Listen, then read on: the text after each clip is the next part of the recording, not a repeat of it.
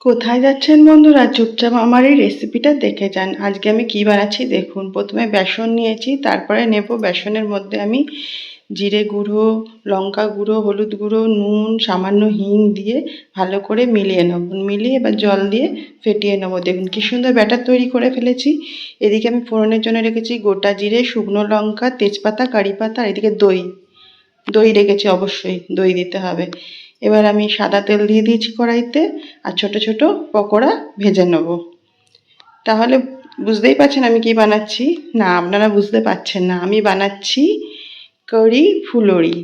এবার ঝোলটা করার জন্য আবার বেসন নিলাম টক দই ফেটানো, নুন, হলুদ, লঙ্কার গুঁড়ো, জিরের গুঁড়ো আর হিং দিয়ে ভালো করে মিলিয়ে নেব। নিয়ে জল দিয়ে দেবো, দিয়ে পাতলা করে নেব ডালের মতো। এদিকে আমি ফোড়নটাকে রেডি করে নিচ্ছি দেওয়ার জন্য। ফোড়ন দিয়ে দিলাম, দেব হিং সামান্য। এবার আমি ওই ঝোলটা ঢেলে দেবো, বেসনের যে ঘোলটা বানিয়েছি দিয়ে দিলাম। এবার আমি ফুটতে দেবো। কারা কারা খেয়েছেন কারি ফুলুরি কমেন্ট করে কিন্তু অবশ্যই জানাবেন। ঝোলটা ফুটে এলে আমি এবার পকোড়াগুলো দিয়ে দিলাম। দেখুন কত সুন্দর ফুলে গেছে না?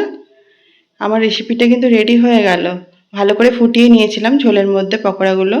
নামানোর আগে আমি ভাজা জিরে আর লঙ্কার গুঁড়ো দিয়ে দিয়েছিলাম। গরম ভাতের সাথে খেতে কিন্তু সেই স্বাদ লাগে। আর পকোড়া খুব সুন্দর নরম হয়েছিল।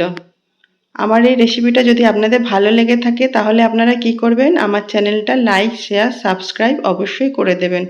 আরও ভালো ভালো রেসিপি নিয়ে আমি আপনাদের সামনে চলে আসবো। Tata, bye bye, thanks for watching.